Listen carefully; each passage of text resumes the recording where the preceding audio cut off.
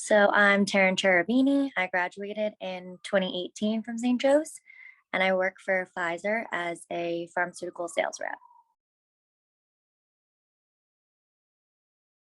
So I started in June, had to do some training for cardiology and kind of internal medicine for my drug, which is Eliquis.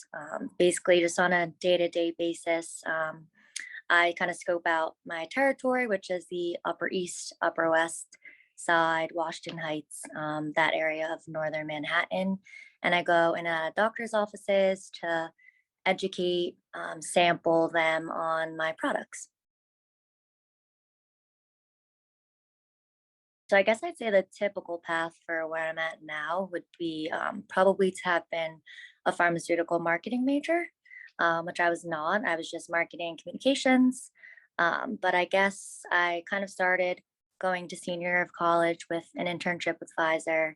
And then once I knew I was graduating, I didn't have a job. So I kind of locked down another internship from someone who had remembered me and I just had kept in touch with. The skills that you need for in this job is to be very organized and self-sufficient and reliant because it's just you don't have anyone to kind of rely on. You have your boss to kind of check in, but usually it's just you on a day-to-day basis talking directly to the doctors. So I think you have to be willing to take rejection really well and be good at talking to people, know everything that you're supposed to know, which I feel like honestly that definitely I got mainly all those skills from St. Joe's, but just through the business school. I'm comfortable at giving presentations definitely from college because you had to give all the presentations in the business school rather than like papers. It was more geared towards presenting, which got me more comfortable talking to people and kind of getting my point across really quickly. So I think that those kind of group projects and capstones at St. Joe's prepped me for this job. I think specifically at St. Joe's, I was in Dean's Leadership Program. I was in Greek life on the e-board. I think kind of just putting yourself out there and joining everything. So that's what I did freshman year. Then kind of deciding what you're mainly passionate about. And I felt like I was just kind of very passionate about multiple things, but the things that I excelled in, I decided to like kind of pursue a more executive role to help and give back for people that were either coming in as incoming freshmen or incoming potential new members, like in Greek life. Um, I think just anything with putting yourself out there, like I said, can prep you for a job in sales, especially. You should always keep in contact with people, especially if you like their job or it's any realm of your interest, because first of all, everyone's connected. And second of all, nepotism is just very important and you can be the best candidate, but it's really about like who you know and who you connect with and how you connect with the people during your interviews, even for example, that are going to get you those jobs and make you stand out. I think barriers I definitely felt as if I guess my college career didn't necessarily bring me into the science field as much, seeing as I only took a few science classes.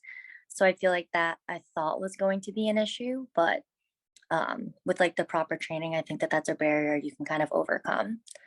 Age does play some sort of role because the role I was going for at first, people who are much senior to me in both experience and age got that position just based on the location. And as much as like I didn't love that I didn't get that role in that specific territory, I think Manhattan kind of like brings a different view and being younger or older, whatever your age is, it didn't matter. So the barrier kind of got removed as soon as I kind of came into the Manhattan area rather than the Connecticut area that I originally was interviewing for. I think diversity and inclusion, I think, means in every aspect. So I guess, like you said in the previous question, race, age, gender, social network, socioeconomic, that's I think everything in your life, every aspect that like made you who you are is diversity. So where you come from, how your parents raised you. I'm a big believer in nurture versus nature, since I am adopted. So I feel like I am very much like my parents, personality wise. I work hard like them. I kind of learned that from them. So I think that that's kind of what diversity means to me. And inclusion, I think, just means that you're willing to work with people that you're not used to working with. So, like, for example, on my team, there's people who are very senior to me who have been in the industry for as long as I've been alive. So that's including the older demographic, more experienced demographic. I can always learn from them. There's people from Tennessee, Tampa, so just different like regional backgrounds, and kind of their like customs and what they do. And I just feel like inclusion is including everyone and learning from them. I think they have because I think, especially in the sales world, you might not want to hear from the same type of person every day because that could kind of get a little mundane. So I think in like initiatives to make your team all ages, all backgrounds, all genders, socially, my team is very different. So that's even something that kind of brings it in for diverse.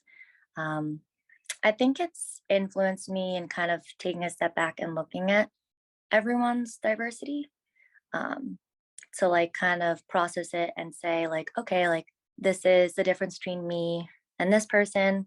I can learn from them in this way, things like that. Um, and I think it has been good to bring on change. Um, I think that when you have different people, you develop and grow. And I think growth is a good change. So I think diversity and inclusion initiatives are good and have influenced me. So it's just kind of developing good habits for yourself in both your life and in your work life. So I feel like that's a good resource, just kind of in general, for anyone wanting to be in the professional world, as far as like resources or organizations that could get you into pharmaceutical sales. Yeah, I guess you can use me as a resource if you want. I can see if there's any openings, even if it's just to kind of get that interview experience and see what they're looking for. I think there's no issue doing informational interviews because I always find it interesting to see different people's career paths and how they got to where they are. Because it's sometimes linear, but sometimes just kind of all over the place, like how I got here. So I think anyone that has, like I said before in the beginning, anyone that you meet that is in any field that you're interested in, always keep in contact with them because they can always be a resource or know somebody. I think that it's all going to work out and to not panic. Um, because I have friends who have been in the same job since graduation, and I have more friends who have been in multiple jobs, which apparently is the millennial way. Um, but I think that where you're supposed to be, it'll happen. So work hard and you'll get there.